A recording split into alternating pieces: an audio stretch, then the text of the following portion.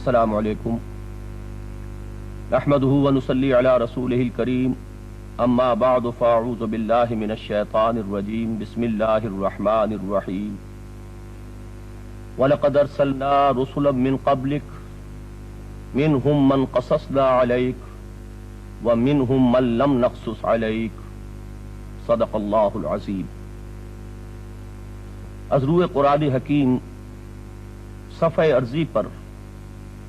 قافلہ انسانیت اور قافلہ نبوت و رسالت نے ایک ساتھ سفر کا آغاز کیا،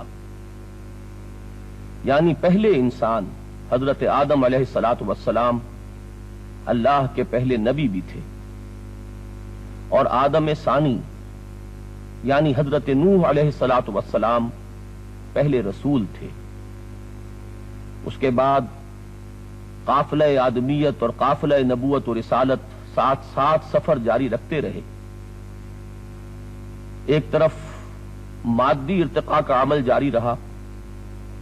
وسائل و ذرائع میں ترقی ہوتی چلی گئی،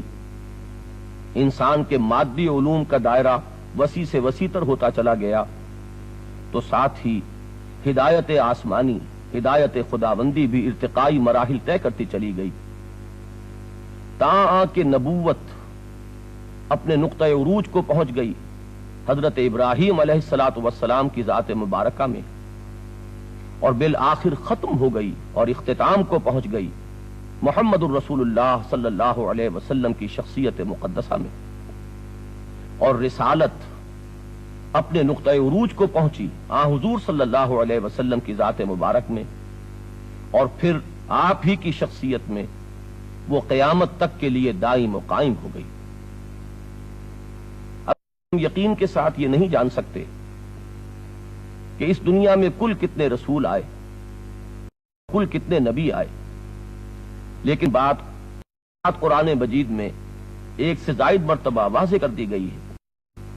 کہ انبیاء اور رسول صرف وہی نہیں ہے کہ جن کا قرآن میں ذکر ہے۔ جو آیت مبارکہ آغاز میں تلاوت کی گئی تھی یہ سورہ مومن کی ہے، اور یہی مضمون سورہ نساء میں بھی آیا ہے، رسلا قد قصصناہم علیک من قبل ورسلا لم نقصصہم علیک۔ اے محمد صلی اللہ علیہ وسلم، وہ بھی رسول ہیں کہ جن کے حالات ہم نے آپ کو بتا دیے ہیں، اور ایسے بھی بہت سے رسول ہیں کہ جن کے حالات ہم نے آپ کو نہیں بتائے۔ بعض روایات سے یہ معلوم ہوتا ہے کہ انبیاء کی کل تعداد 1.25 لاکھ ہے، ان میں سے جو رسول بھی تھے ان کی تعداد 313 ہے۔ نبوت و رسالت میں کیا فرق ہے اور ان کے مابہل امتیاز امور کون کون سے ہیں، ان میں محققین کے نزدیک کسی قدر اختلاف پایا جاتا ہے، لیکن ایک بات پر اجماع ہے کہ نبوت عام ہے اور رسالت خاص ہے، یعنی ہر رسول تو لازماً نبی بھی ہے، لیکن ہر نبی لازماً رسول نہیں ہوتا۔ اگر جو خالص فنی اصطلاحات ہیں اور ان کے جو مباحث ہیں ان سے ہٹ کر سادہ الفاظ میں سمجھنے کی کوشش کی جائے تو ایسے معلوم ہوتا ہے کہ نبوت ایک ذاتی مرتبہ ہے اور رسالت ایک منصب ہے۔ جیسے کہ ہمارے ہاں سرکاری ملازموں کی ایک درجہ بندی ہے، ایک کارڈر ہے سی ایس پی، لیکن پھر کسی سی ایس پی کی اپائنٹمنٹ ہے، وہ کسی ضلع کا ڈپٹی کمشنر یا کسی وزارت میں سیکرٹری کے عہدے پر فائز ہوتا ہے، یہ اس کا منصب ہے۔ اسی طرح نبوت ایک ذاتی مرتبہ و مقام ہے، اور رسالت ایک منصب ہے جس پر کہ کسی رسول کو فائز کیا جاتا ہے متعین طور پر کسی شہر یا ملک یا قوم کی طرف مبعوث کر کے۔ قرآن مجید میں بہت سے انبیاء کا بھی ذکر ہے اور بہت سے رسولوں کا بھی ذکر ہے۔ ان میں سے 6 رسولوں کا ذکر قرآن مجید بار بار کرتا ہے، اس اعتبار سے کہ جن قوموں کی طرف وہ بھیجے گئے انہوں نے ان کی دعوت کو قبول کرنے سے انکار کیا، اور اس کے نتیجے میں ان پر دنیا ہی میں عذاب استیصال، جڑ کاٹ دینے والا عذاب نازل کیا گیا۔ ان کو نیست و نابود کر دیا گیا. فقطع دابر القوم الذین کفروا، ان کی جڑ کاٹ دی گئی، ان کو نسیم منسیہ کر دیا گیا، جیسے کہ کوڑے کرکٹ کا ڈھیر ہو کہ اس کو آگ لگا کر ختم کر دیا جائے. یہ رسول جن کا ذکر بار بار آیا ہے سورہ آراف میں، سورہ یونس میں، سورہ ہود میں، پھر سورہ شعراء میں، سورہ مومنون میں، اور بھی متعدد صورتوں میں، یہ ہیں حضرت نوح علیہ الصلوۃ والسلام، حضرت ہود، حضرت صالح، حضرت لوط، حضرت شعیب اور حضرت موسیٰ علیہ الصلوۃ والسلام. اگر ذرا غور کیا جائے تو ایک تو ان بڑی عجیب تقسیم یہ نظر آتی ہے کہ 3 رسول حضرت ابراہیم علیہ السلام سے زمانہ ماقبل سے تعلق رکھتے ہیں، اور 3 کو زمانہ مابعد ابراہیم سے متعلق قرار دیا جا سکتا ہے. اگرچہ حضرت لوط علیہ السلام حضرت ابراہیم کے ہم عصر ہیں، لیکن چونکہ ان کے بھتیجے ہیں، ان سے چھوٹے ہیں، لہذا اس تقسیم میں انہیں حضرت ابراہیم علیہ السلام کے بعد شمار کیا جا سکتا ہے. گویا کہ انبیاء اور رسل کی تاریخ میں حضرت ابراہیم علیہ السلام کی شخصیت ایک مرکزی شخصیت کی حیثیت سے سامنے آتی ہے. ان کی 3 نسبتیں ہیں اور تینوں نہایت بلند. ایک جانب وہ خلیل اللہ ہیں، دوسری طرف وہ ابو الانبیاء ہیں، ان کی نسل سے سینکڑوں انبیاء و رسول اٹھے، یہاں تک کہ ہمارے رسول مقبول صلی اللہ علیہ وسلم بھی انہی کی نسل سے. پھر قرآن مجید انہیں امامت الناس کا منصب بھی ان کے لیے قرار دیتا ہے، انی جاعلک للناس اماما. تینوں نسبتیں نہایت عظیم ہیں، اور واقعہ یہ ہے کہ ایسے محسوس ہوتا ہے کہ مرتبہ نبوت کے اعتبار سے حضرت ابراہیم علیہ السلام بہت بلند مقام پر فائز ہے. آپ سے پہلے کہ جن 3 رسولوں کا ذکر قرآن مجید میں بار بار آیا ہے، ان کے حالات کو اگر بنظر غائب دیکھا جائے تو محسوس ہوتا ہے کہ ان کے ضمن میں صرف ایک ہی جرم کا ذکر ملتا ہے. ان کی قوموں کی ایک ہی گمراہی ہے جس پر کہ انہوں نے نکیر کی، جس پر انہوں نے روک ٹوک کی، جس سے باز آنے کی انہوں نے دعوت دی، اور وہ شرک ہے. اس کے علاوہ کوئی اور تمدنی، سماجی یا کسی اور طرح کی کسی بے راہ روی کا ذکر نہیں ملتا. معلوم ہوتا ہے کہ قوم نوح، قوم ہود اور قوم صالح کے زمانے تک ابھی انسانی تمدن اپنی ان ابتدائی سٹیجز میں تھا کہ جس میں گمراہی بس ایک شرک ہی کی صورت میں موجود تھی. اس کے علاوہ ابھی انسانی زندگی اور اس کے متعلقات اور دوسرے پہلو جو ہیں وہ ابھی کسی نہ کسی حد تک فطرت سے قریب تر واقع ہوئے تھے. یہی وجہ ہے کہ حضرت نوح، حضرت ہود، حضرت صالح علیہ الصلوۃ والسلام کی دعوت میں ایک ہی نقطہ نظر آتا ہے، یا قوم اعبدوا اللہ ما لکم من الہ غیرہ. اے میری قوم کے لوگو، اللہ کی بندگی کرو، صرف اللہ کی پرستش کرو، اس کی بندگی اور پرستش میں کسی کو اس کے ساتھ شریک نہ ٹھہراؤ، اس لیے کہ حقیقتاً اس کے سوا تمہارا کوئی معبود نہیں ہے. لیکن حضرت ابراہیم علیہ السلام کے بعد جن 3 رسولوں کا ذکر آتا ہے ان میں ہمیں نظر آتا ہے کہ تمدن اور تہذیب اور انسان کی حیات اجتماعی کے مختلف گوشوں میں گمراہی کی وہ صورتیں ظاہر ہوئیں جو اگرچہ اسی شجرہ خبیثہ کے برگ و بار ہیں، یعنی یہ نتائج ہیں، لوازم ہیں، لیکن یہ کہ بالفعل ان کا ظہور